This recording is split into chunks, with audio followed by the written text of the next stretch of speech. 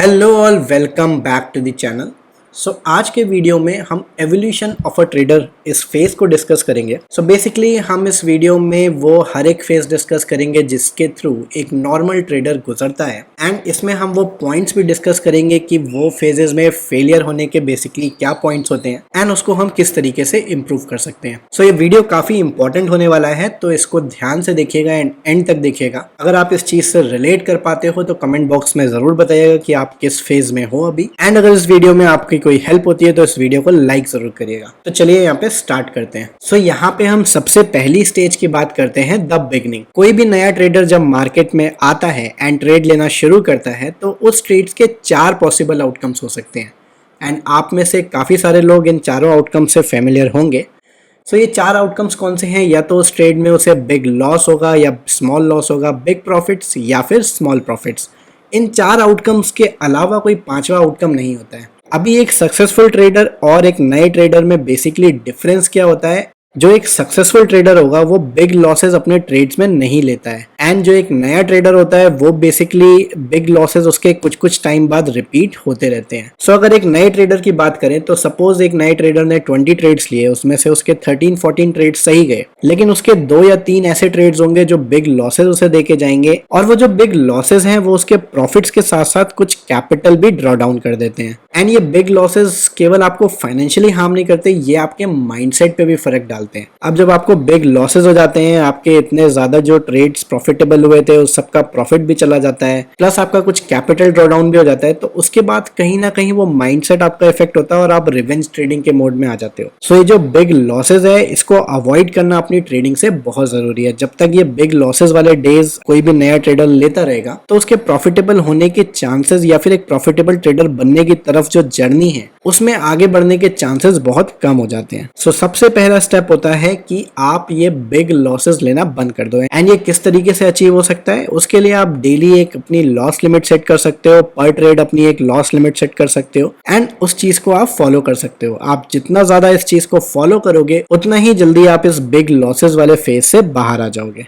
Stage 1 में हमने देखा कि जो सबसे बड़ी प्रॉब्लम किसी एक बिगिनर ट्रेडर की होती है वो होती है बिग लॉसेस। अब स्टेज 2 की बात करते हैं जो कि ब्रेक इवन या फिर स्मॉल लॉसेस का फेज होता है। तो ये फेज एक ट्रेडर की लाइफ में तब आता है जब उसने बिग लॉसेस लेना बिल्कुल ही बंद कर दिया होता है या फिर पहले से काफी कम कर दिया होता है। अब जब उसने बिग लॉसेस लेना बंद कर दिया है तो उसकी जो भी ट्रेड्स होती हैं वो या तो स्मॉल प्रॉफिट्स में होती हैं या फिर स्मॉल लॉसेस में होती हैं, एंड कभी कभी बिग प्रॉफिट्स भी आ सकते हैं, बट मोस्टली ये स्मॉल प्रॉफिट्स और स्मॉल लॉसेस के बीच में ही मूव होती हैं। अब इस फेज में क्या होता है कि ट्रेडर के पास कंसिस्टेंसी नहीं होती है, तो उस वजह से क्या होता है कि या तो वो ऑलमोस्ट ब्रेक इवन पे होता है या फिर छोटे मोटे लॉसेस में होता है। But the good part is कि जो पहले लॉसेस होते थे, जो बड़े बड़े लॉसेस पहले किया करते थे, वो चीजें अब यहाँ पे कम हो गई हैं, एंड कंपेरेटिवली स्टेज 1 से अब बहुत कम लॉस होता है या फिर वो ट्रेडर अपने ब्रेक इवन पे पहुंच चुका है। तो ये होती है सेकंड स्टेज, एंड यहाँ पे एक ट्रेडर में कंसिस्टेंसी मिसिंग होती है। उसके लॉसेस कम हो चुके हैं बट अभी भी वो कंसिस्टेंट नहीं है। स्टेज 3 की बात करते हैं। स्टेज 3 में एक ट्रेडर जो है वो थोड़ी सी कंसिस्टेंसी अचीव कर चुका है, एंड जहां पे उसे स्टेज 2 में स्मॉल लॉसेस हो रहे थे या फिर वो ब्रेक इवन पे था, अब स्टेज 3 में वो ट्रेडर स्मॉल प्रॉफिट्स की तरफ बढ़ चुका है। तो अभी तक ट्रेडर ने क्या क्या अचीव किया है? उसने बिग लॉसेस लेना बिल्कुल ही बंद कर दिया या बहुत ज्यादा कम कर दिया है। वो स्मॉल लॉसेस और स्मॉल प्रॉफिट्स के बीच में अभी भी प्ले कर रहा है, बट यहाँ पे उसकी कंसिस्टेंसी थोड़ी सी बढ़ चुकी है। उसे मार्केट की थोड़ी सी ज्यादा समझ हो चुकी है, एंट्रीज और एग्जिट्स उसके काफी बेटर हो चुके हैं, जिस वजह से वो ब्रेक इवन या स्मॉल लॉस से अब थोड़े से प्रॉफिट में आ चुका है। बिग प्रॉफिट्स वाला जो कॉलम है, हो सकता है कभी कभी ट्रेडर को बिग प्रॉफिट अचीव हो रहे हो एंड कभी कभी हो सकता है मिस भी हो रहे हो, बट मोस्टली इस फेज में ट्रेडर क्या करता है, स्मॉल प्रॉफिट्स और स्मॉल लॉसेस के बीच में ही प्ले कर रहा है, बट वो थोड़ा सा प्रॉफिटेबल हो जाता है, and which adds up to his और her confidence. So now let's talk about stage 4, capturing big profits.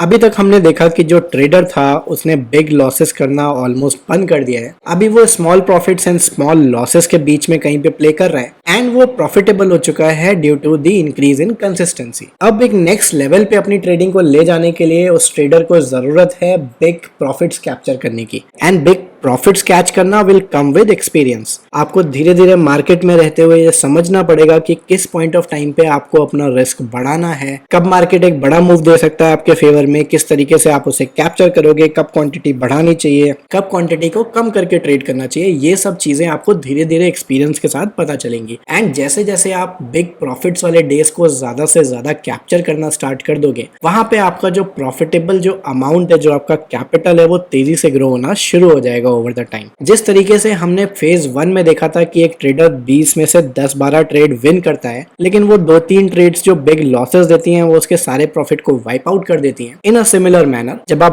Big profits को कैप्चर करना स्टार्ट कर दोगे, सो 2 या 3 या 4 ट्रेड्स जो होंगी वो ओवरऑल जो आपका प्रॉफिट बना है उसको बहुत ज्यादा बढ़ा देंगी। सो जो चीजें हमें बिग लॉस में ड्रॉडाउन दे रहा था, वही चीजें बिग प्रॉफिट वाले दिन कैप्चर करने में हमको बेनिफिट देंगे। सो एक सक्सेसफुल ट्रेडर के लिए सबसे ज्यादा इंपॉर्टेंट है कि पहले तो वो बिग लॉसेस ना करे एंड देन वो धीरे धीरे एक्सपीरियंस के साथ बिग प्रॉफिट्स वाले दिन कैप्चर करना सीख जाए।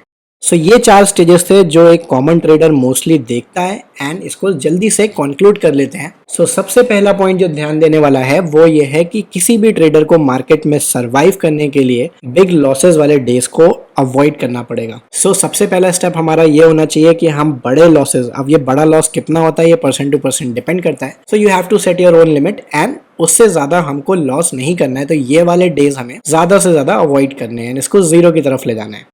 सेकेंड चीज जो ट्रेडर को काम करना चाहिए वो ये है कि उसे अपनी कंसिस्टेंसी पे काम करना चाहिए। सो अगर वो small profits and small loss में भी प्ले कर रहा है, विद एक्सपीरियंस धीरे धीरे एक ट्रेडर की कंसिस्टेंसी इंप्रूव हो जाएगी एंड वो ओवरऑल एक प्रॉफिटेबल ट्रेडर बन जाएगा। अब एक प्रॉफिटेबल ट्रेडर से अपना कैपिटल ग्रो करना, तेजी से स्टॉक मार्केट में पैसा बनाना, उसके लिए सबसे ज्यादा इंपॉर्टेंट होता है कि बिग प्रॉफिट्स को किस तरीके से कैप्चर किया जाए। एंड धीरे धीरे एक्सपीरियंस के साथ आपको ये सीखना पड़ेगा मार्केट में कि कब हमें ज्यादा रिस्क लेना है, किस पॉइंट ऑफ टाइम पे रिस्क नहीं लेना है, किस तरीके से जो बिग मूव्स आते हैं मार्केट में उसे कैप्चर करना है, उसे होल्ड करके रखना है एंड तक, वो सारा का सारा ट्रेंड जो है लास्ट तक राइड करना है।